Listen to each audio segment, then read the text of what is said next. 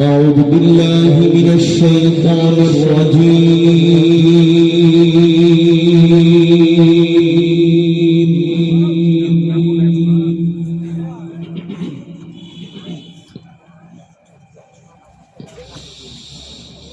بسم الله الرحمن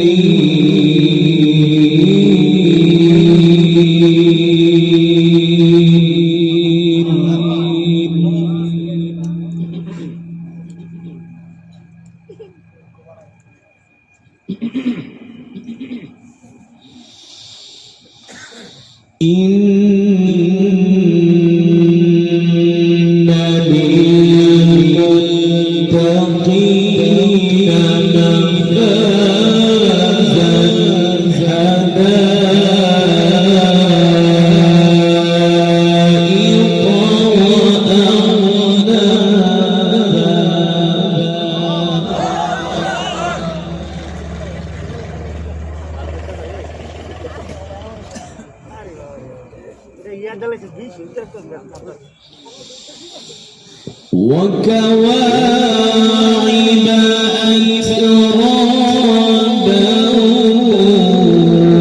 وكأسا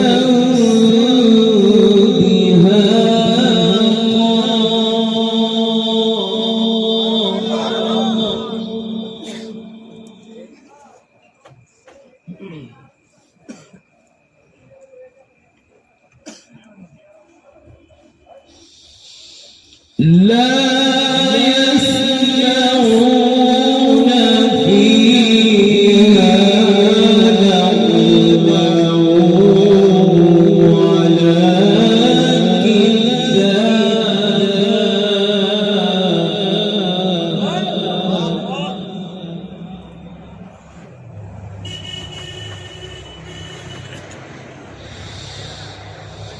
بسم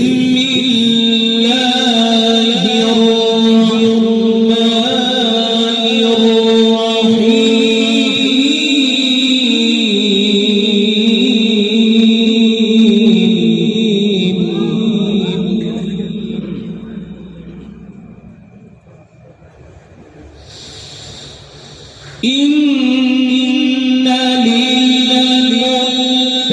للمتقين مفازا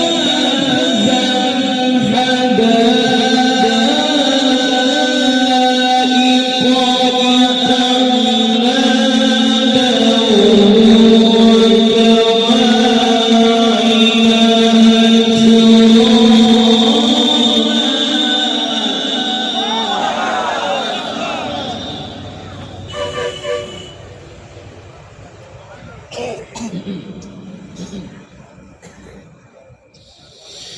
وكأسا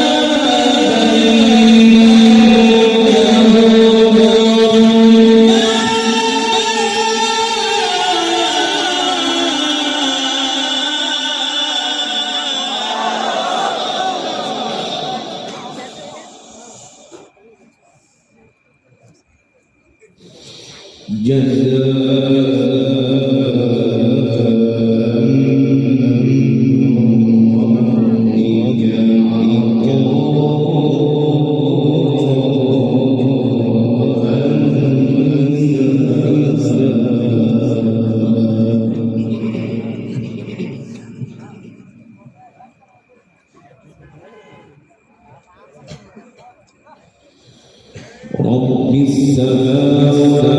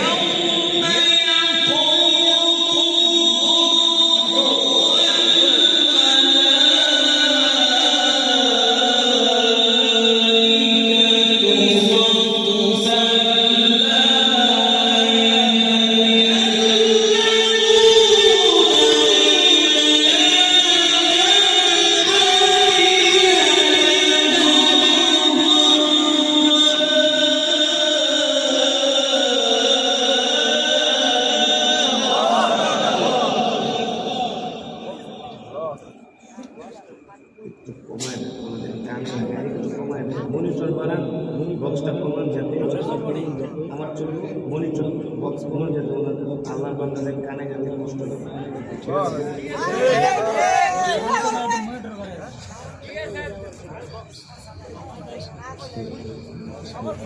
إلا الذين يعبدون الرحمن قولا صوابا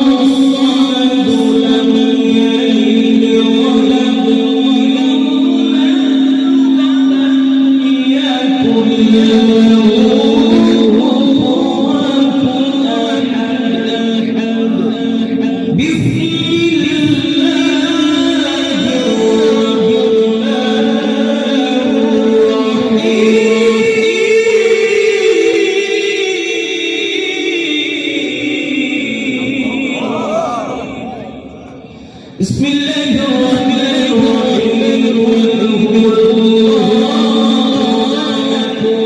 أحد الله الصمد لم يلد ولم يولد ولم يكن له كفوا أحد لم يلد ولد ولم يولد ولم يكن له كفوا أحد بسم الله الرحمن الرحيم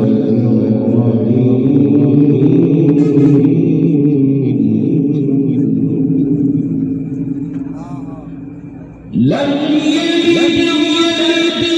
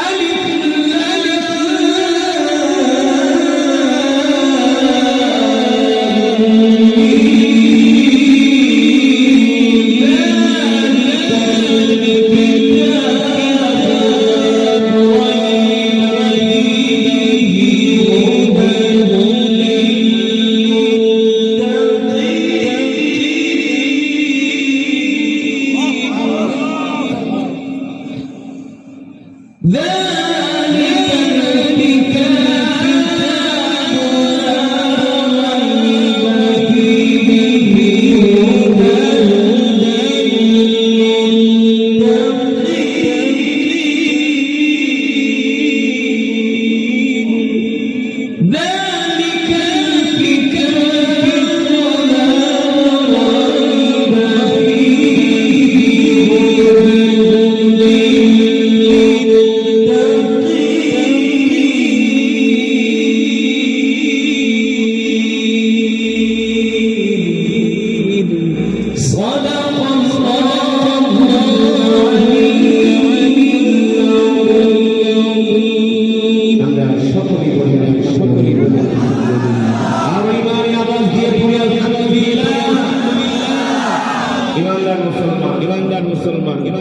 সমস্ত প্রশংসা কার জন্য? একমাত্র আল্লাহ তাআলা। আল্লাহ তাআলা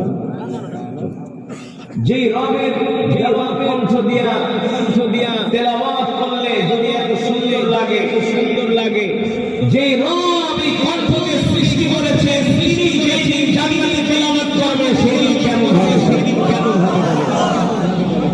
হবে? এই মজা কি আর গাঁজা করে না বুঝবো? এই মজা কি আর বিড়ি করে না বুঝবো?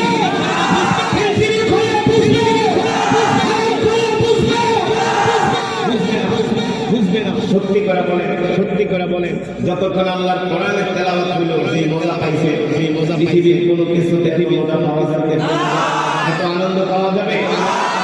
আমি বলছি মাহফিলে আজকে একটা বিষয় নিয়ে অনেকগুলো বিষয় থাকতে পারে, মনের দুঃখ কষ্ট, একটা বিষয় নিয়ে দোয়া করবে, দোয়া কবুল হবে ইনশাআল্লাহ। তোমাদেরকে বলি মনে অনেক আশা পূরণ হয় না। নেক নিয়েতে নেক আশা, হালাল আশা একটা দোয়া করবা, নিঃসন্দেহে দোয়া কবুল হবে ইনশাআল্লাহ। এর প্রমাণ হলো কোরআনের মজমায় বসার পরে দিনের বিষয়ে একটা পরিবর্তন আসে। যেরকম নাস্তিকে আসছে না, আল্লাহু আকবার। আমি কোরআন পড়েছি, আপনারা শুনেছি, 10টা করে নিতে এই মাহফিলে যারা আসলেন সকলেই এক খতম করে কোরআনুল কারীমের সওয়াব পেয়েছেন। সবাই মিলে এক খতম, এক একজন খুশি নাকি দাদা? বলে আলহামদুলিল্লাহ।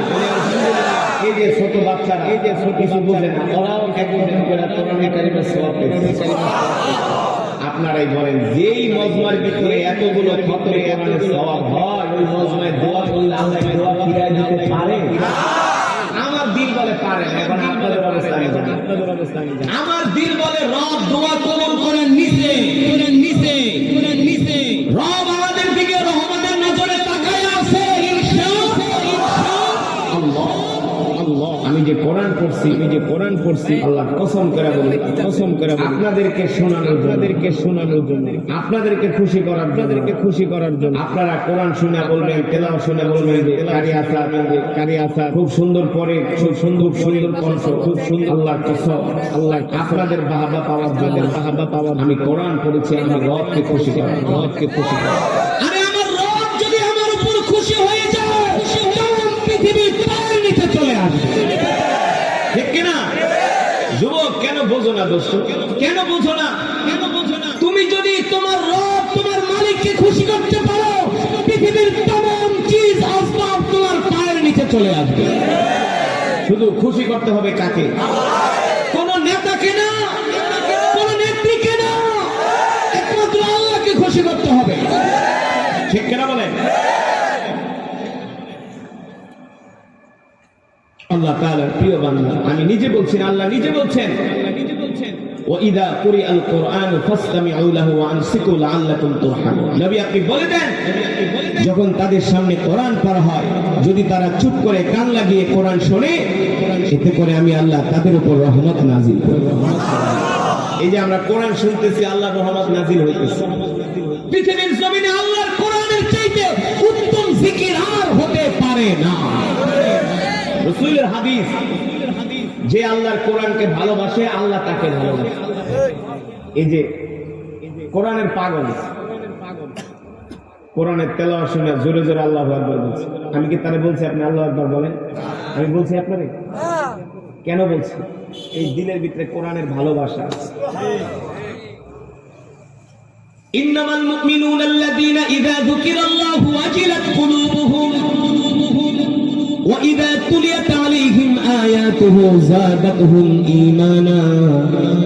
আল্লাহ রাব্বুল আলামিন বলেন নবী, যখন আমার বান্দাদের সামনে আমার কোরআন তেলাওয়াত করা হয়, তখন আমার মুমিন বান্দার দিলের ভিতরে জালজালা পয়দা হয়ে যায়। আল্লাহর কোরআন শুনে তারা আবেগ আপ্লুত হয়ে যায়, ঠিক কিনা বলে? তারা আল্লাহর ভয়ে প্রকম্পিত হতে থাকে। এই যে আমি কোরআন কোরআনুল কারীমের তেলাওয়াত শুরু করলাম, অনেক কোরআনের পাগলরা দৌড়ায় দৌড়ায় আসছে। আসছে কি আসছে? ও যুবক, তুমি যে কোরআনের তেলাওয়াত শুইনা দৌড়ায় দৌড়ায় আসছো, যুবক রে, হতে পারে এতটুকুন দৌড়ানোর কারণে আল্লাহ তোমাকে জান্নাত দিতে পারে। ঠিক কিনা বলেন? রাসূলের হাদিস, কিছু মানুষ আছে সারা জীবন নামাজ পড়াও জাহান্নামে যাবে। আগে বলেন, বয়ান কি চলবে কতক্ষণ? যতক্ষণ বয়ান চলবে একজন ওঠাউঠি করতে পারবে না। উঠবেন মোনাজাত দিয়ে দেবো, একজন উঠবেন মোনাজাত দিয়ে দেবো। কারণ এমন ওয়াজ মাহফিলের দাওয়াত আমার কাছে ডেলি 1000 আসে, 1000। আপনাদের এলাকায় যে আমি ওয়াজ করতে আসছি, আপনাদের জন্য নিয়ামত। আপনাদের জন্য কি নিয়ামত? নিয়ামতের যদি কদর না করেন তাহলে তো আল্লাহ নিয়ামত দিবে না। এই যে দেখেন না, বাউল আবুল্লাহ হারামজাদা,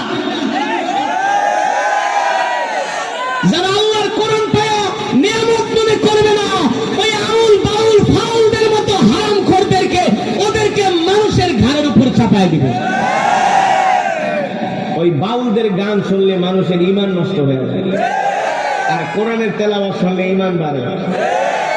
পিছিয়েও কাছি, মাশাআল্লাহ, আল্লাহ তোরে কবুল করুন। সুতরাং একজনও উঠাউঠি করা যাবে না। যারা বসে আছেন অল্প সময় 30 মিনিট বয়ান হবে। আমি যে তেলাওয়াত করছি, যদি এর অর্থ আপনারা বুঝতেন তাহলে পুরাটা তেলাওয়াতে একটা বয়ান।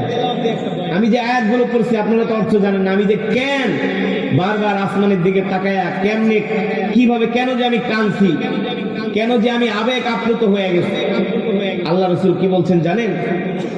যে তোমরা যখন কোরআন পড়বা তখন তোমরা অর্থের দিকে তাকাও যে আল্লাহ কোরআনে কি বলছেন। আমি যে তেলাওয়াত গুলো করছি এমনি এমনি কান্দি নাই, এমনি এমনি আমি আবেগ আপ্লুত হই নাই। আল্লাহ তাআলা কোরআনে কি বলছেন বলবো যুবক।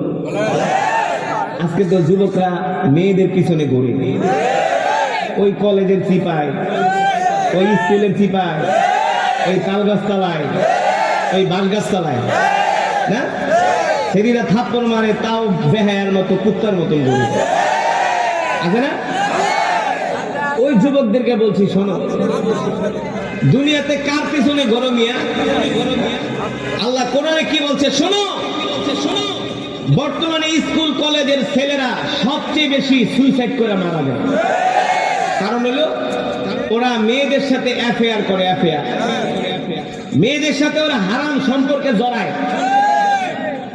ওই পিছিয়ে ওই লাফাজকে এক কোনো উঠাউঠি করবে না।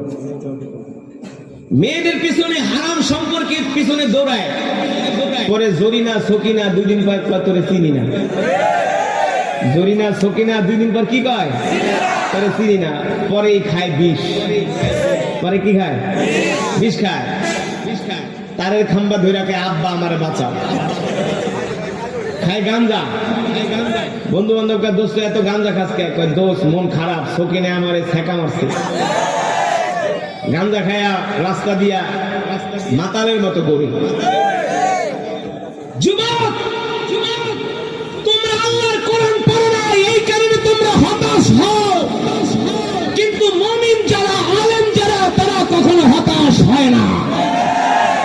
আজ পর্যন্ত শুনছেন ওই অমুক মাদ্রাসার ছাত্র প্রেম করে ছেঁকা খায়া পরে গলায় দড়ি দিয়া মরছে?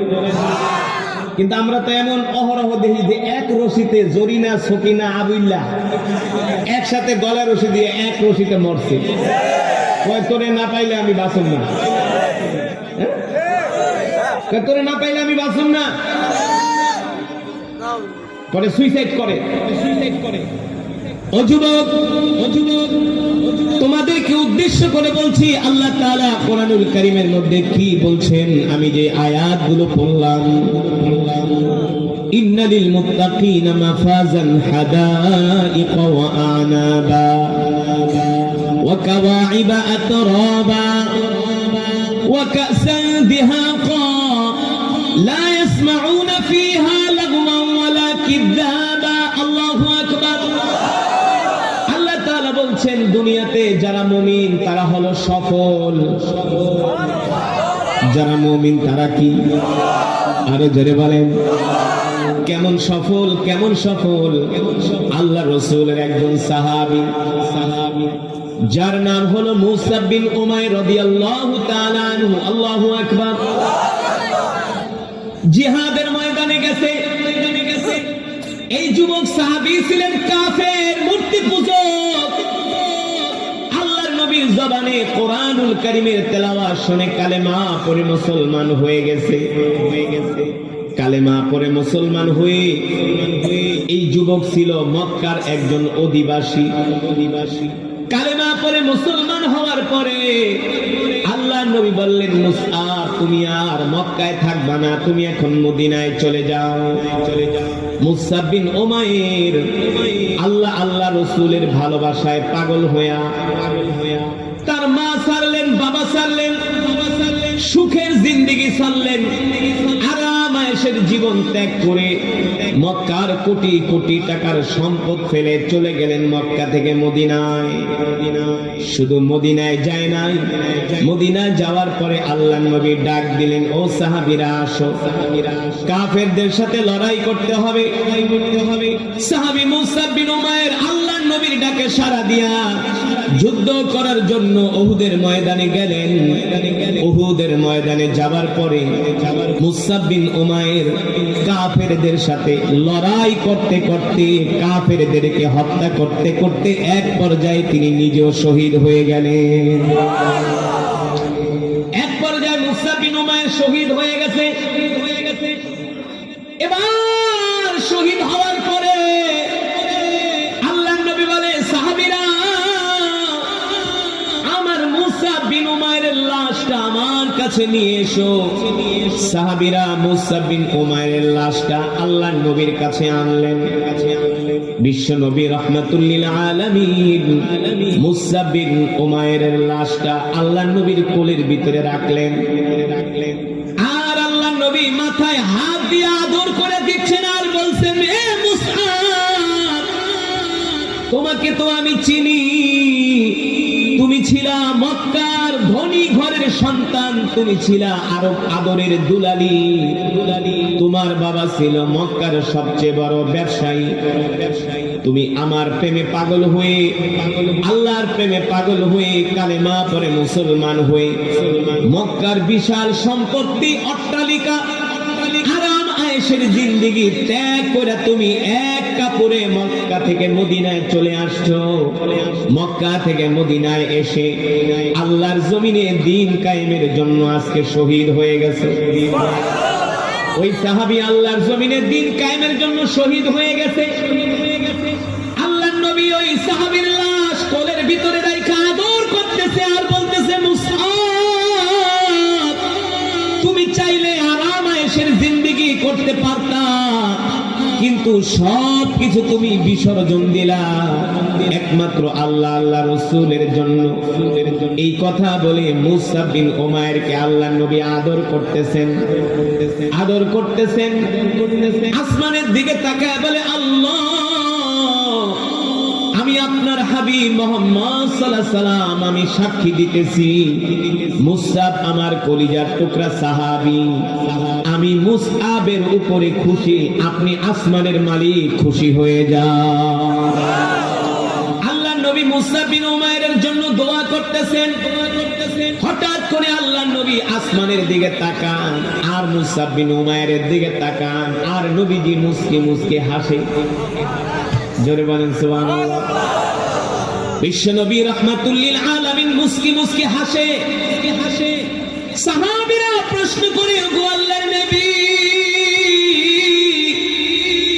একবার আপনি আসমানের দিকে তাকান আর একবার মুসাব বিন উমাইরের দিকে তাকান আর মুস্কি মুস্কি হাসেন, কারণ কি? মুসাব বিন উমাইরের দিকে তাকায়া আল্লাহর নবী বলে, সাহাবীরা রে, আমার এই মুসআব ছিল একজন মূর্তি পূজক। কি ছিল? আমার এই মুসআব ছিল একজন মূর্তি পূজক। আমার প্রেমে পাগল হয়ে, আল্লাহ আল্লাহ রসুলের প্রেমে পাগল হয়ে, কালেমা পড়ে মুসলমান হয়ে আজকে জিহাদের ময়দানে এসে শহীদ হয়ে গেছে। এই জন্য আমি তাকায়া দেখতেছি আসমান থেকে একদল হুর দৌড়ায়া দৌড়ায়া জমিনের দিকে আসতেছি। আসমান থেকে একদল হুর, একদল। এই হুর কারারে যুবক, এই হুর কারা, তাদের চেহারা কেমন? আল্লাহু আকবার। আল্লাহর নবী বলছেন হুর গুলো এত সুন্দর, জান্নাতের কোন হুর যদি দুনিয়ার দিকে তাকায়া একটা মুস্কি হাসি মারত, সুবহানাল্লাহ বলে, জান্নাতের দিকে জান্নাতের একটা হুর যদি দুনিয়ার দিকে তাকায়া মুস্কি হাসি মারত, হুরের দাঁতের আলোতে সারা পৃথিবী আলোকিত হয়ে যেত। আল্লাহু আকবার। এমন সুন্দর হুর। আল্লাহ রাব্বুল আলামিন বলেন ইন্না লিল মুত্তাকিনা মাফাজা, মুমিনরা হলো সফল, তারা হলো সফল কাম। আল্লাহর নবী বলেন ওই যে জান্নাত থেকে একদল হুর দৌড়ায় দৌড়ায় জমিনে আসতেছে, তারা এত সুন্দর, তাদের চেহারা এত সুন্দর, আমি নবী তাদের চেহারার দিকে একবার তাকায়া আর লজ্জায় তাকাইতে পারি না, কারণ এত সুন্দর হুরের দিকে আমার রাসূলের তাকায়া থাকতেও লজ্জা হয়। ওই হুরেরা এসে বলতেছে গো আল্লাহর নবী, মুসা বিন উমাইরের লাশটা আমাদের কাছে দিয়ে দেন, আমরা তাকে জান্নাতে নিয়ে যাই। সুবহানাল্লাহ বলেন। আমরা মুসা বিন উমাইরকে জান্নাতে নিয়ে জান্নাতের পানি দিয়া গোসল করায় দিব। আল্লাহু আকবার। আল্লাহ তাআলা কোরআনুল কারীমের মধ্যে বলছেন ইন্নালিল মুত্তাকিনা মাফাজা, মুমিনরাই হলো সফল, তারাই হলো সফল কাম। হাদাইকা ওয়া আনাবা ওয়া কাওয়াইবা আতরাবা। আল্লাহ রাব্বুল আলামিন বলেন এ দুনিয়ার মানুষ, নবী আপনি বলে দেন আমি আল্লাহ জান্নাতীদের জন্য এমন সুন্দর সুন্দর বাগান রেখেছি জান্নাতের মধ্যে। জান্নাতের মধ্যে থাকবে আঙ্গুরের বাগান, জান্নাতের মধ্যে থাকবে ফলের বাগান, জান্নাতের গাছগুলো আমি আল্লাহ স্বর্ণ দিয়ে বানাইছি, জান্নাতের গাছগুলো আমি আল্লাহ স্বর্ণ দিয়ে বানাইছি। জান্নাতের যে আসবাবপত্রগুলো থাকবে, এই আসবাবপত্রগুলো আমি আল্লাহ স্বর্ণ দিয়া বানাইছি। এত সুন্দর জান্নাত আমি আমার বান্দার জন্য বানায় রাখছি। ওয়াকাওয়াইবা আতরাবা, শুধু আমি জান্নাতে জান্নাতীদের জন্য স্বর্ণ দিয়া তাদের ব্যবহার্য জিনিসপত্রই বানাই নাই, আমি আল্লাহ তাদের জন্য এমন হুর বানায় রাখছি। ওয়াহুরুন ঈন কাআমসালিল লুলুইল মাকনুন জাযাআম বিমা কানু ইয়ামালুন। আল্লাহ রাব্বুল আলামিন বলেন আমি আল্লাহ জান্নাতের মধ্যে জান্নাতীদের জন্য এত সুন্দর হুর আমি বানায় রাখছি, যেই হুরদেরকে আজ পর্যন্ত পৃথিবীর কোন মানুষ দেখে নাই, কল্পনাও করতে পারে না। এত সুন্দর হবে জান্নাতের হুরেরা। হাদিস শরীফের ভিতরে আসছে জান্নাতের হুরেরা তাদের চুলগুলো থাকবে গোল্ড কালারের। হুরদের চুল হবে কোন কালার? বর্তমানে মেয়েরা চুলকে গোল্ড কালার করে, কে করে না? কারণ তাদের সৌন্দর্য বৃদ্ধির জন্য রং দিয়া। কিন্তু আল্লাহ তাআলা জান্নাতের মধ্যে জান্নাতি হুরদের চুলগুলোই থাকবে সব স্বর্ণের কালার। এমন সুন্দর হবে এক একটা হুর, এক একটা হুরের বয়স হবে 18 বছর। আল্লাহ তাআলা কোরআনুল কারীমের মধ্যে বলছেন তোমাদেরকে আমি জান্নাতে সমবয়স্কা ওয়াকাওয়াইবা আতরাবা, ইফিদ বক্ষ বিশিষ্ট তরুণী আমি তোমাদেরকে দিব। একটা না, দুইটা না, তিনটা না রে যুবক, এক একজনকে আল্লাহ 70টা করে দিবে। কয়টা? এক একজন পুরুষকে আল্লাহ তাআলা 70টা করে হুর দিবে, 70টা করে হুর। সুবহানাল্লাহ। আল্লাহর নবী বলে হুর কেমন সুন্দর হবে। একটা ডিম ভাঙলে ডিমের কুসুমটা কখনো কি হাত দিয়া ধরছেন নাকি? ধরেন নেই? যারা কাজ ধরেন নেই তারা বলো শুধু বৌরে দিয়া কাম করে। মাঝে মাঝে নিজেরাও ডিম একটু ভাইজা ভাইজা খায়, তাহলে বুঝবেন। ডিম ভাঙলে ডিমের কুসুমটা কখনো হাত দিয়া ধরলে দেখবেন তুলতুলে নরম। সুবহানাল্লাহ বলবেন। জান্নাতি যারা হুর থাকবে তাদের শরীর হবে ডিমের কুসুমের মতো তুলতুলে নরম। এ যুবক একটা সাদা ফর্সা মাইয়া দেখলেই তাকায় থাকো, চেহারার কোনো ফেস কাটিং এর কোনো খবর নাই, ডক নাই, পদ নাই, সাদা চামড়া পাইলে হাত পিছনে ধরো। কিন্তু জান্নাতি হুরদের চেহারা এমন সুন্দর হবে, প্রতিটা ঝলকে ঝলকে হুরদের চেহারার পরিবর্তন হবে। তারা মিনিটে মিনিটে ড্রেস আপ চেঞ্জ করবে। সুবহানাল্লাহ বলেন। আল্লাহ নবী বলেন হুরদের হাড্ডির ভিতরে যে মগজগুলো আছে, মজ্জাগুলো আছে, সেগুলো পর্যন্ত দেখা যাবে। এবার কেমন সুন্দর হুর আল্লাহ তাআলা জান্নাতীদেরকে দান করবে। সুবহানাল্লাহ। এক একজনের জন্য কয়টা হুর? যারা বলেন কয়টা? আল্লাহু আকবার। আল্লাহ তাআলা বলেন, এ বান্দা, আমি আল্লাহ তোমাদেরকে যে জান্নাত দিব, তোমরা যখন জান্নাতে প্রবেশ করবা, নিচতলায় একজন হুর বসে থাকবে, বলবে তুমি আমার ঘরে আসো। হাদিস শরীফে আসছে আমার ঘরে আসো। নিচতলায় যেটা থাকবো, নিচতলার চেয়ে দোতলাটা আরো সুন্দর, বলে আমার ঘরে আসো। দোতলায় যেটা থাকবে, তিনতলাটা আরো সুন্দর, বলে আমার ঘরে আসো, তোমার জন্য আমি অপেক্ষা করতেছি। আল্লাহু আকবার। তাহলে যুবক তোমাদেরকে বলি, এই দুনিয়ার জমিনে মেয়েদের পিছনে ঘুইরা ইবাদত বন্দেগী না কইরা, সময় নষ্ট কইরা কোনো লাভ নাই। যদি একটু কষ্ট কইরা মরতে পারি, আল্লাহ জান্নাতে 70 টাকা হুর দিবে। ঠিক কিনা বলে? আল্লাহ নবী একদিন জান্নাত মসজিদে নববীতে বসে আছেন। এক বৃদ্ধ সাহাবীকে ডাক দিয়েছেন, তাআলাও ইয়া শাইখুনা, এ বৃদ্ধ এদিকে আসো। বৃদ্ধ আসছেন, লাঠি ভর দিয়া টুকটুক করতে করতে। আল্লাহ নবী বলে, বৃদ্ধ আপনি কি জান্নাতে যেতে চান নাকি? বৃদ্ধ সাহাবী ডাক দিয়া বলে, গো আল্লাহ নবী, জান্নাতে যদি না যাই তাহলে তো আপনাকে দেখতে পারবো না। জান্নাতেই তো আমার কামনা, আমার বাসনা, কারণ যেই জান্নাতে আমার কলিজার টুকরা নবী থাকবে। যদি বলেন সুবহানাল্লাহ। আল্লাহ নবী বলে, বৃদ্ধ আপনি তো বুড়া মানুষ, আল্লাহ তো কোন বৃদ্ধ মানুষকে জান্নাতে নিবে না। সুবহানাল্লাহ। এই কথা শোনার পরে সাহাবী তো কান্না করতেছে, জর্জর করে চোখের পানি পড়তেছে। আল্লাহ নবীর জবান দিয়া যেহেতু বলছে কোন বৃদ্ধ মানুষ তো জান্নাতে যাবে না, এখন বৃদ্ধ তো কাঁদতেছে, কারণ নবীর জবানের কথা তো আর মিথ্যা হইতে পারে না। তার মানে বৃদ্ধ সাহাবী কয়, তাহলে তো আমার সব শেষ, আমি তো জান্নাতে যেতে পারবো না। এমন কান্না করতেছে। আল্লাহ নবী ডাক দিছে, তাআলাও এদিকে আসে।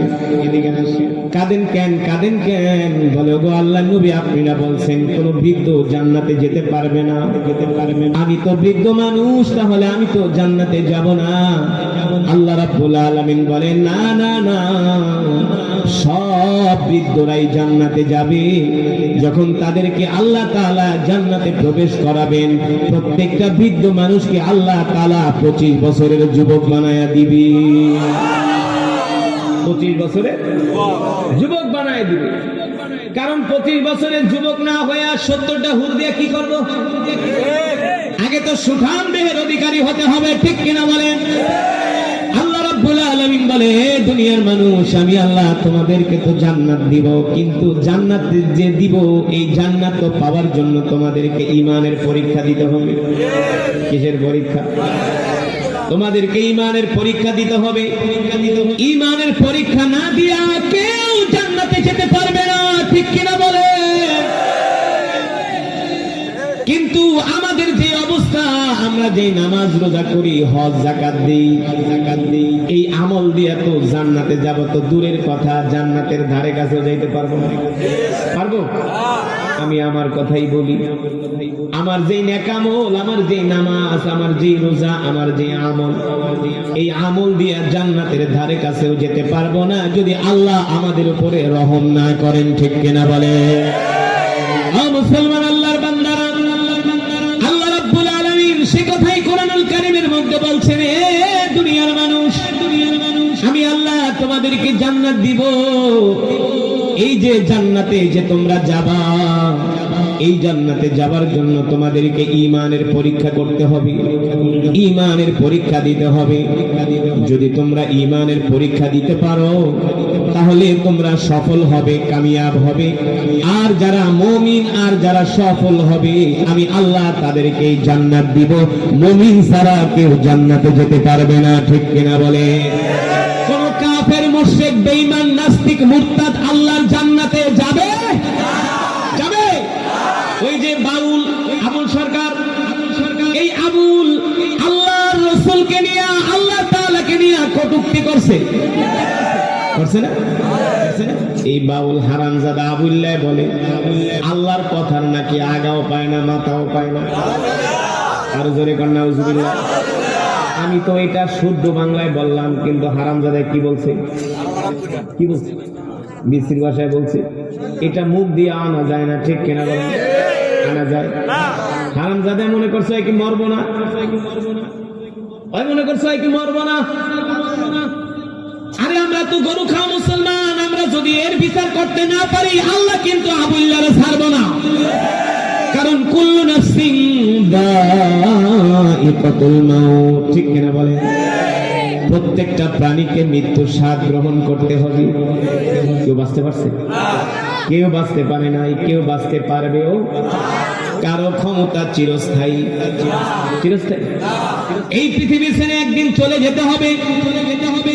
আল্লাহ রাব্বুল আলামিন বলে, দুনিয়ার মানুষ, আমি আল্লাহ যে তোমাদেরকে দুনিয়াতে পাঠাইছি, এই দুনিয়া ছেড়ে তোমাদেরকে একদিন চলে যেতে হবে। এই পৃথিবীতে তোমরা কেউ থাকতে পারবা না, কেউ থাকতে পারেও না। কুল্লু নাফসিন যায়িকাতুল মাউত, প্রত্যেকটা মানুষকে মৃত্যুর স্বাদ গ্রহণ করতে হবে, ঠিক কিনা বলে?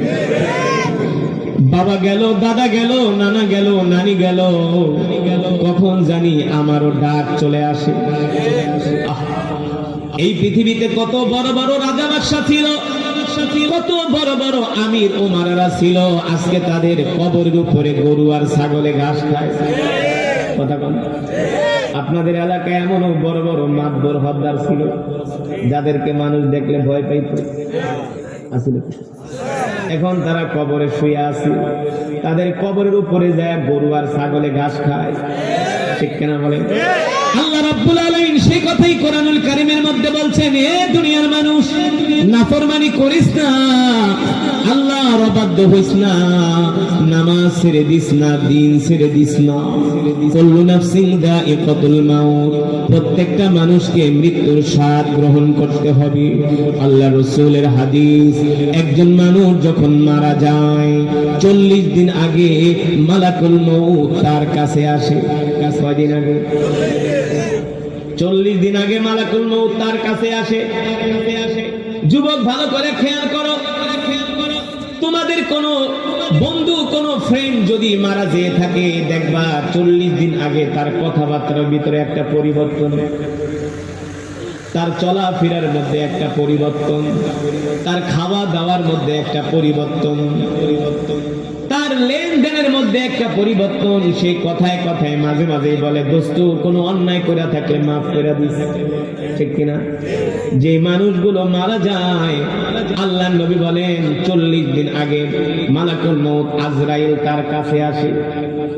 আয়েশা তাকে মাথার সামনে বৈশা বলে, এ আল্লাহর বান্দা, বনি আদমের সন্তান, আমি মালাকুল মউত আজরাইল, আমি তোরে সাবধান করে দিয়া গেলাম, তোর মরণের বাকি আছে আর 40 দিন।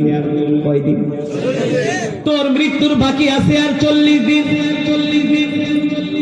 এইভাবে করে 37 দিন পর্যন্ত মালাকুল মউত দিনে একবার আসে আর তাকে সতর্ক করে, এ বনি আদমের সন্তান, তোর মৃত্যুর বাকি আছে আর 39 দিন, 38 দিন, 37 দিন। তওবা কর, তওবা কর, তোর গুনাহের জন্য আল্লাহ তাআলার কাছে ক্ষমা প্রার্থনা কর, তোর সময় আর বেশি দিন নাই। যেই লোকটা মারা যায়, আস্তে আস্তে করে তার মন মানসিকতা অন্যরকম হয়ে যায়, খাওয়া দাওয়া ছেড়ে দেয়, তার কাছে দুনিয়ার কোনো কিছু ভালো লাগে না, স্বজনের কাছে যায় বলে ভাই ক্ষমা করে দিও, জানি না কোন দিন দুনিয়া ছেড়ে চলে যায়, যদি আমার কোনো কথায় আমার কোনো কর্মে কষ্ট পেয়ে থাকো আমাকে ক্ষমা করে দিও। দেখবেন অনেক মানুষ মারা যাওয়ার পরে সন্তানকে ডাকে, ডাইকা বলে বাবারে, তুই তোর মাকে দেখা রাখিস, বোনদেরকে দেখা রাখিস, আমি যদি মারা যাই সে যদি মুমিন হয় বলে ওই জায়গাটায় আমার কবর দিস, যদি মুমিন হয় জান্নাতি হয় বলে বাবারে ওই জায়গায় আমার কবর দিস। অমুক ইমাম সাহেবকে ডাক দিয়ে আমার জানাজা পড়াই, যদি মুমিন হয় জান্নাতি হয়, আর যদি জাহান্নামী হয় তাহলে এই সমস্ত কথা সে বলতে পারে না, নেক আমলও করতে পারে না। নেক আমল করার ক্ষমতাটুকুন, হেদায়েতটুকুন আল্লাহ তার থেকে উঠায় নেয়। তার কারণ হলো যে মানুষটা সারা জীবন আল্লাহর নাফরমানি করছে, মরণের সময় সে ভালো কাজ করবে এটা কোনোদিনই হতে পারে না, ঠিক কিনা বলে? এই কারণে মৃত্যুর সময় যখন তার থাকে মাত্র 3 দিন বাকি, তখন মালাকুল মউত দিনে 3 বার আসে তার কাছে। কয়বার? সকালে একবার আসে, দুপুরে একবার আসে, আর রাত্রে একবার আসে। আয়েশা বলে বনি আদমের সন্তান, তোর মৃত্যুর বাকি আছে আর মাত্র 3 দিন, তওবা কর, তওবা কর, তওবা কর, আল্লাহর কাছে ক্ষমা চা। যদি সে মুমিন হয়ে থাকে তাহলে সে নামাজের পুরি দিয়ে আরো বাড়ায় দেয়, ফরজের পরে নফলও পড়ে, জিকিরও করে, আল্লাহর কোরআনের তেলাওয়াতও করে, মানুষের কাছে ক্ষমা চায়, মানুষের কাছে মাফ চায়, আর বলে দোস্ত আমারে ক্ষমা করে দিস। যদি মরে যায় আমার মৃত্যুর কথা শুনলে আমার কবরের কাছে দেয় আমার জন্য দোয়া করিস, ঠিক কিনা বলে? আল্লাহ রাব্বুল আলামিন কোরআনুল কারীমের মধ্যে সে কথাই বলেন, কুল ইন্নাল মাউতাল্লাযী তাফিররুনা মিনহু ফাইন্নাহু মুলাকীকুম সুম্মা তুরাদ্দুনা ইলা আলিমিল গায়বি ওয়াশ শাহাদাতি ফায়ুনাব্বিউকুম বিমা কুনতুম তা'মালুন। আল্লাহ রাব্বুল আলামিন বলে, এই দুনিয়ার মানুষ, তোমরা মৃত্যু থেকে যতই পালাবার চেষ্টা করো না কেন, মৃত্যু থেকে কেউ বাঁচতে পারে নাই, তোমরাও বাঁচতে পারবে না, ঠিক কিনা বলে? মৃত্যু থেকে কেউ বাঁচতে পারছে?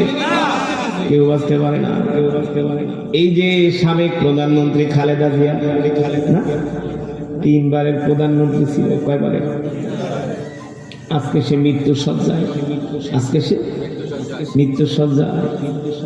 যদি এমন কোন সুযোগ থাকতো কয়েকশো কোটি টাকা দিলে খালেদা জিয়াকে বাঁচানো যাবে, সেটাও তার দলের নেতা কর্মীরা দিতে বাধ্য থাকতো। কারণ অনেককে তো শুনি হাসপাতালের সামনে যায় আমি কিডনি দিব, আমি ফুসফুস দিব, শুনছেন না?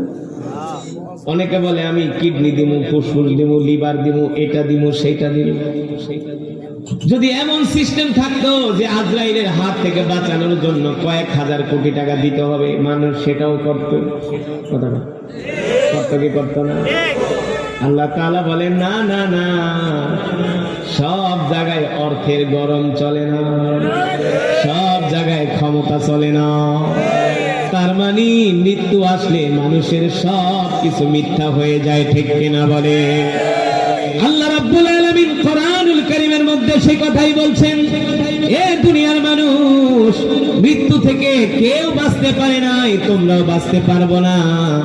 যতই তোমরা মৃত্যু থেকে পলায়ন করার চেষ্টা করো না কেন, তোমরা যেখানেই যাবা মৃত্যু তোমাদের সেখানেই পাকড়াও করবে, ঠিক কিনা বলে?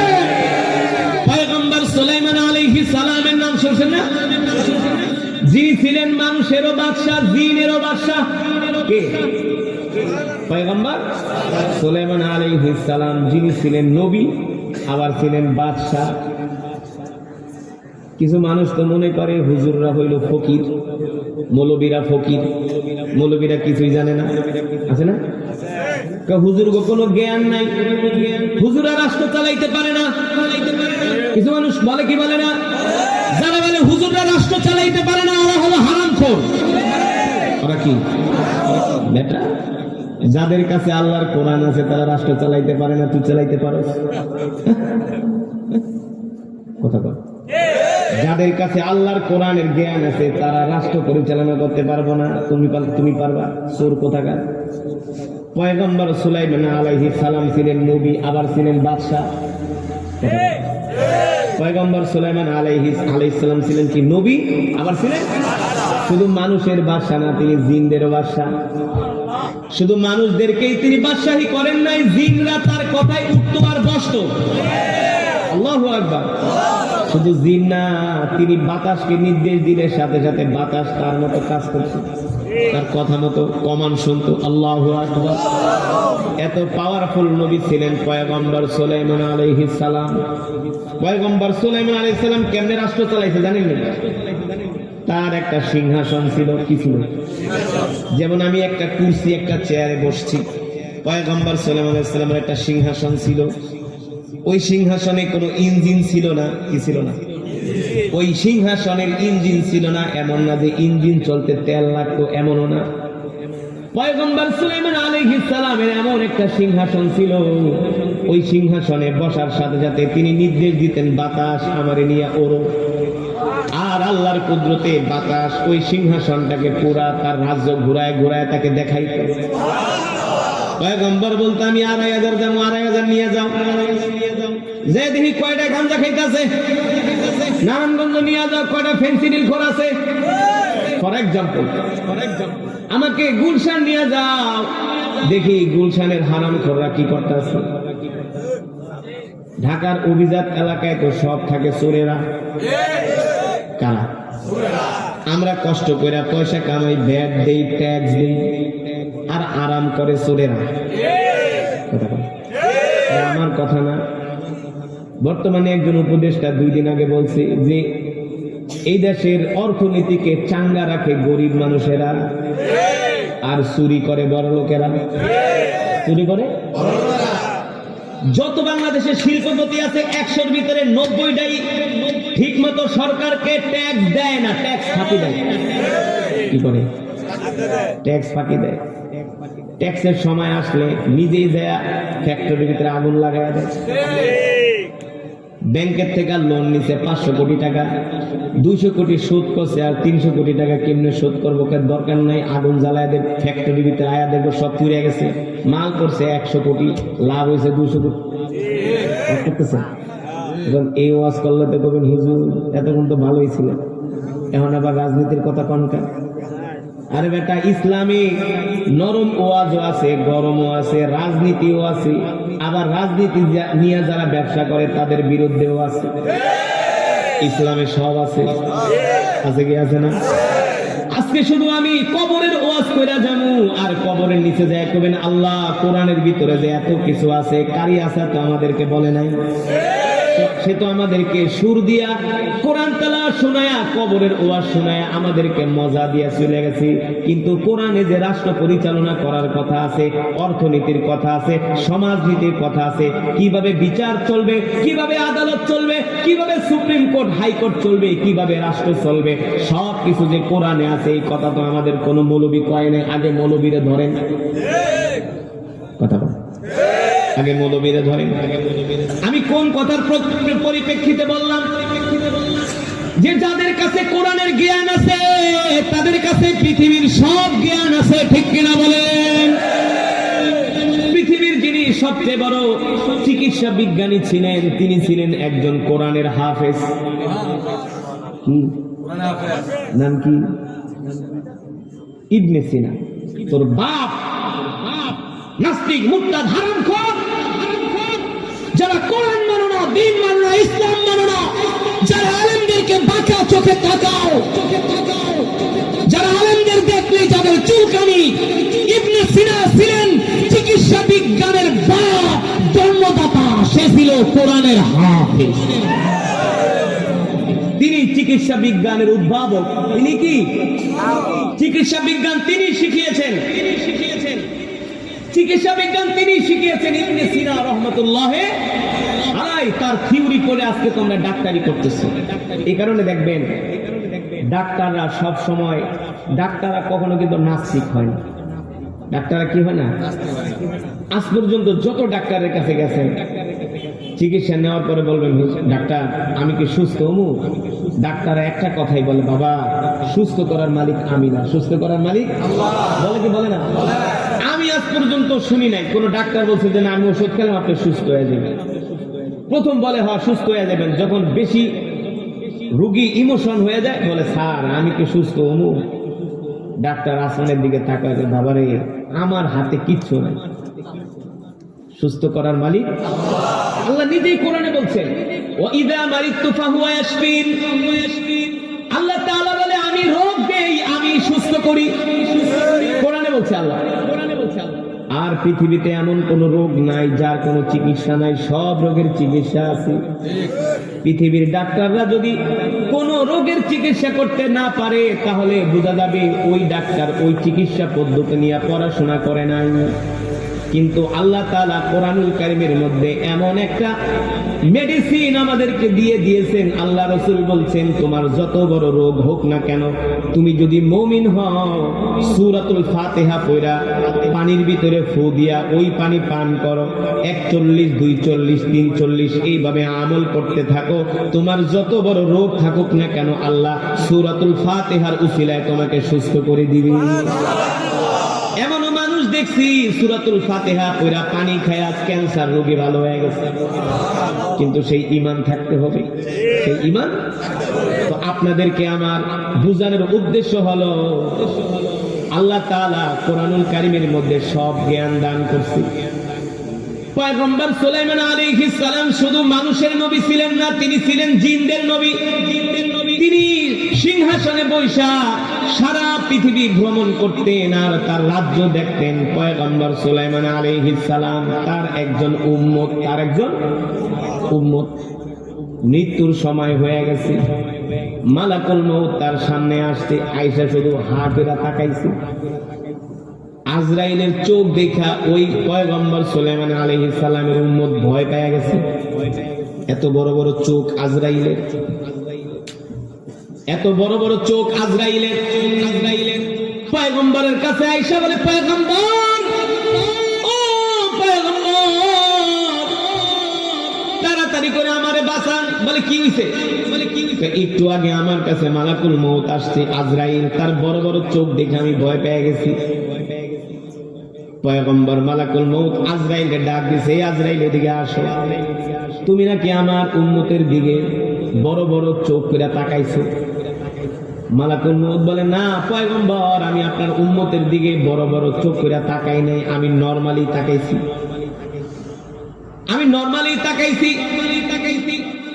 পয়গম্বর তার উম্মতকে জিজ্ঞেস করে, আজরাইল তো তোমার দিকে বড় বড় চোখ করে তাকাই নাই, সে তো নরমালি তাকাইছে, তুমি ভয় পাইছো? বলে হ্যাঁ, আজরাইল দেখার সাথে সাথে আমার প্যালপিটেশন শুরু হয়ে গেছে, আপনি আমারে বাঁচান।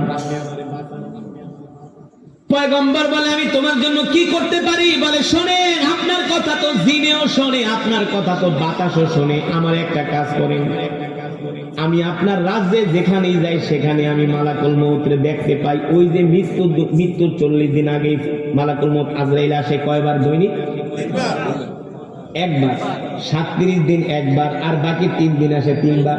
তো দিনে তো একবার মালাকুল মউতরে দেখলেই ভয় পায়, দেখলেই কি মালাকুল মউত এসে তাড়াতাড়ি করে তওবা কর, চোখ দেখলেই ভয় পায়। পয়গম্বর আপনার কথা তো বাতাসও শোনে, জিনও শোনে, তাহলে আপনি আমার একটা উপকার করেন। বলে, কি উপকার?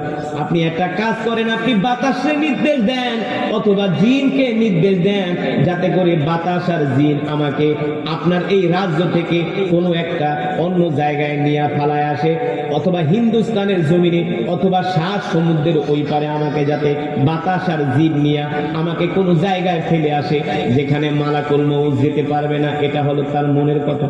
সে মনে করছে তারে ওই রাজ্য থেকে অন্য জায়গায় নিলে আর আজরাইল সেখানে যেতে পারবে না। এই কথা শোনার পরে পয়গম্বর মুসকে মুসকে হাসতেছে। পয়গম্বর তো জানে আজরাইল তো সব জায়গায় যাইতে পারে। পয়গম্বর বলে, ঠিক আছে, তুমি কি খুশি? বলে, হ্যাঁ, তাড়াতাড়ি আমারে বাঁচান। প্রতিদিন আজরাইল আসে আর বড় বড় করে চোখ করে তাকে আমি ভয় পাই। পয়গম্বর জিনদেরকে নির্দেশ দিল, এ জিন যাও যাও আমার এই উম্মতকে নিয়ে হিন্দুস্তানে ফালায় আসো। এবার একদল জিন তার 2 হাতে দইরা উড়াইতে উড়াইতে একেবারে তার রাজ্য থেকে আইনা হিন্দুস্তানে ফালায় গেছে। এক জঙ্গলের ভিতরে পয়সা ওই মালাকুল মউত যাকে খুঁজতেছে সে এক জঙ্গলের ভিতরে বৈশা ইবাদত করতেছে। হঠাৎ করে তাকায় দেখে মালাকুল মউত তার চোখের সামনে এসে হাজির হয়ে গেছে। আল্লাহু আকবার। মালাকুল মউত আজরাইল তার দিকে বড় বড় করে চোখ করে তাকাইছে। ওই লোক ডাক দিয়া বলে, মালাকুল মউত, আপনার ভয়ে পয়গম্বরকে বইলা ওই রাজ্য থেকে আমাকে হিন্দুস্তানে আইনা ফালায় দিয়া গেল, এই জায়গায় আসছেন আপনি আমাকে ধরার জন্য। মালাকুল মউত বলে, শোনো, তুমি যখন পয়গম্বর সুলাইমান আলাইহিস সালামের রাজ্যে ছিলা তখনও তোমার মরণের সময় হয় নাই। আল্লাহ তাআলা কোরআনুল কারীমের মধ্যে বলেন, ইদা জাআ আজালুহুম লা ইস্তাখিরুনা সাআতান ওয়া লা ইস্তাকদিমুন। আমি আল্লাহ রাব্বুল আলামিন দুনিয়ার প্রত্যেকটা মানুষের মৃত্যুর একটা নির্ধারিত সময় দিয়া দুনিয়াতে পাঠাইছি।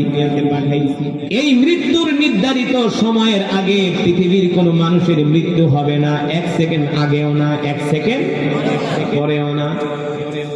আল্লাহ তাআলা কোরআনুল কারীমের অন্য আয়াতে বলছেন, ওয়ামা তাদরি নাফসুম মাযা তাকসিবু গাদা ওয়ামা তাদরি নাফসুম বিআইয়ি আরদিন তামুত। আল্লাহ রাব্বুল আলামিন বলেন, নবী দুনিয়ার মানুষদেরকে বলে দেন, দুনিয়ার মানুষ জানে না কোন জমিনে তার মৃত্যু হবে, দুনিয়ার মানুষ জানে না আগামীকাল সে কি খাবে, ঠিক কিনা বলে? আমরা কি জানি আগামীকাল আমরা কি খাবো, কোথায় আমাদের মৃত্যু হবে আমরা কি জানি? ওই যে পয়গম্বর সুলাইমান আলাইহিস সালামের উম্মত জিন্দা তাকে ধইরা নিয়া হিন্দুস্তানের জমিনে ফালায় দিয়ে আসলো।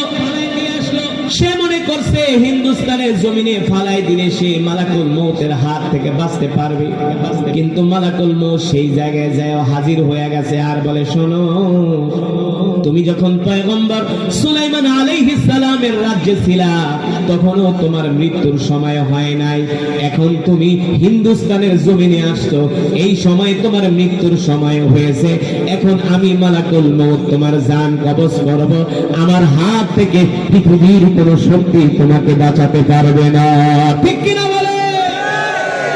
কেউ তোমাকে বাঁচাতে পারবে না। সেইখানেই মালাকুল মউত তার জান কবজ করলো, সে মৃত্যুবরণ করলো। আল্লাহ রাব্বুল আলামিন কোরআনুল কারীমে সে কথাই বলছেন, এ দুনিয়ার মানুষ, আমি আল্লাহ তোমাদেরকে দুনিয়াতে পাঠাইছি কিছুক্ষণের জন্য, অল্প হায়াতের জিন্দেগি দিয়ে আমি আল্লাহ তোমাদেরকে দুনিয়াতে পাঠাইছি। এই দুনিয়াতে যায়া তোমরা কেউ নাফরমানি করবা না, আল্লাহর অবাধ্য হব না, আল্লাহর হুকুম কেউ অমান্য করবা না, আল্লাহ তাআলার ইবাদত করো, আল্লাহ তাআলার হুকুম মানো, কারণ এই পৃথিবীতে তোমরা থাকতে পারবা না। তোমরা কি ধারণা করছো আমি আল্লাহ তোমাদেরকে দুনিয়াতে এমনি এমনি পাঠাইছি? আল্লাহ রাব্বুল আলামিন বলেন না, আফা হাসিবতুম আন্নামা খলাকনাকুম আবাসা ওয়া আন্নাকুম ইলাইনা লা তুরজাউন। আল হিসবান অর্থ ধারণা করা, উপলব্ধি করা। আল্লাহ রাব্বুল আলামিন বলে, এ দুনিয়ার মানুষ, তোমরা কি ধারণা করছো আমি আল্লাহ তোমাদেরকে শুধু দুনিয়াতে খাওয়ার জন্য, দুনিয়াতে আরাম আয়েশ করার জন্য, দুনিয়াতে শুধু সম্পদ কামানোর জন্য, দুনিয়াতে বড় বড় বিল্ডিং বানানোর জন্য, বড় বড় ফ্যাক্টরি বানানোর জন্য, বড় বড় অট্টালিকা বানানোর জন্য আমি আল্লাহ তোমাদেরকে দুনিয়াতে পাঠাইছি? আল্লাহ রাব্বুল আলামিন বলেন, না না, এই জন্য আমি আল্লাহ তোমাদেরকে শুধু দুনিয়াতে পাঠাই নাই, আমি আল্লাহ দুনিয়াতে পাঠাইছি এই দুনিয়ার জমিনে আমার রিজিক খায়া একমাত্র তোমরা আমার ইবাদত করবা। কার ইবাদত? জোরে বলেন, কার ইবাদত? আল্লাহ তাআলা বলে, তোমরা আমার ইবাদত করবা। আমি আল্লাহ তোমাদেরকে দুনিয়াতে পাঠিয়েছি আমার ইবাদত করার জন্য। যদি আমার ইবাদত না করো, ওয়া আন্নাকুম ইলাইনা লা তুরজাউন, প্রত্যেকটা মানুষকে আমার কাছে ফিরে আসতে হবে। আমি আল্লাহ প্রত্যেকটা মানুষের প্রত্যেকটা সেকেন্ড, প্রত্যেকটা মিনিটের হিসাব আমি আল্লাহ কড়ায় গন্ডায় নিব। কি করবো? কড়াই গন্ডায়। এ যুবক, তুমি তোমার যৌবন বয়সটা কোন কাজে ব্যয় করছো? আল্লাহ বলবে, দাও হিসাব দাও, যৌবন বয়সটা কোন কাজে ব্যয় করছো? গাঁজা খায়া, ফেন্সিডিল খায়া, ক্রিকেট খেলা, ফুটবল রাইখা আড্ডা মাইরা নেতার পিছনে ঘুরা ডাকাতি কইরা ছিনতাই কইরা টেন্ডারবাজি কইরা যৌবনের বয়সটা নষ্ট করছো। হিসাব দে, হিসাব দে। যখন দেখবে তার আমল নামার ভিতরে শুধু গাঞ্জা, বিড়ি, সিগারেট, মদ, সিনেমা, জুয়া, ক্রিকেট খেলা, ফুটবল খেলা, ডাকাতি, টেন্ডারবাজি আছে না?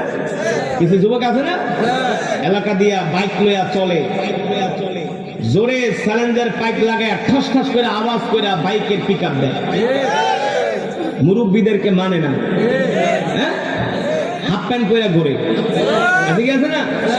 হাফ প্যান্ট পরে চুলের কাটিং করে, বাপরে বাপ, আবার কানের ভিতরে বালা পরে, আছে কি আছে না? মহিলা কোথাকার, কানের ভিতরে দুল পরে, চুলের কি স্টাইল, কাউরে কেয়ার করে না। মালাকুল মউত যেদিন আয়া ধরবো ভেটকায়া পড়ে থাকে, পানি দিল গালের পানি পড়ে দিল, ছেড়ে দেব না। এই পৃথিবী থাকার জায়গা না, এই পৃথিবী হলো ইমানের পরীক্ষা দেওয়ার জায়গা, ঠিক কিনা বলেন? ইমানের পরীক্ষায় যদি উত্তীর্ণ হতে পারো যুবক, তোমাকে আল্লাহ জান্নাতে এমন নিয়ামত দিব, মৃত্যুর পরে 70টা করে ফুল। ওয়ালাকুম ফিহা মা তাশতাহি আনফুসুকুম ওয়ালাকুম ফিহা মা তাদউন। আল্লাহ তাআলা বলে, বান্দারে একটু কষ্ট কর, একটু কষ্ট কর, কইরা শুধু আমার কাছে আয়, আমি আল্লাহ তোদের এমন জান্নাত দিব, যা চাবি তাই পাবি, যা চাবি। জান্নাতে কোনো রোগ নাই, কোনো অসুস্থতা নাই, কোনো ডায়াবেটিস নাই। যে লোকের ডায়াবেটিস যে হ্যাঁ বোঝে কত দানে কত চাই, হ্যাঁ? মিষ্টি খাইতে পারে না, চিনি খাইতে পারে না, গরু খাইতে পারে না, খাসি খাইতে পারে না, হ্যাঁ? এর কাছে মনে হয় মইরা জান্নাতে যেতে পারলে এই সকালে উঠটা দৌড়াইতে সম্পদ চোখের সামনে, কিন্তু ভোগ করতে পারে না, অসুস্থতা, একটার পর একটা রোগ। তার মানে দুনিয়া শান্তির জায়গা না, আসল শান্তির জায়গা হলো জান্নাত। সুবহানাল্লাহ। আল্লাহ আল্লাহ আমাদেরকে জান্নাত দিয়ে দেন, বলি আমিন। জান্নাত, জান্নাত। আল্লাহ তাআলা বলে, বান্দারে জান্নাতে আমি তোদেরকে এমন নিয়ামত দিব, জান্নাতে ঢোকার পরে তোর অবাক হয়ে যাবি, অবাক হয়ে যাবি। সুবহানাল্লাহ বলেন। যুবক রে, ওই জান্নাত পাইতে হলে একটু কষ্ট করতে হবে না? 5 ওয়াক্ত নামাজ পড়তে হবে। কয় ওয়াক্ত নামাজ? কয় ওয়াক্ত? 5 ওয়াক্ত নামাজ পড়তে হবে। হারাম কাজ করা যাবে না, গুনার কাজ করা যাবে না, আলেম ওলামাদের সাথে থাকতে হবে। রাজি আছেন? তাহলে নামাজ পড়বেন কয় ওয়াক্ত?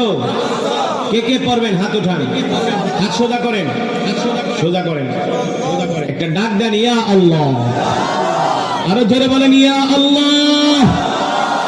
ওয়াদা করলাম আর কোনদিন নামাজ ছেড়ে দিব না, গুনাহ করব না।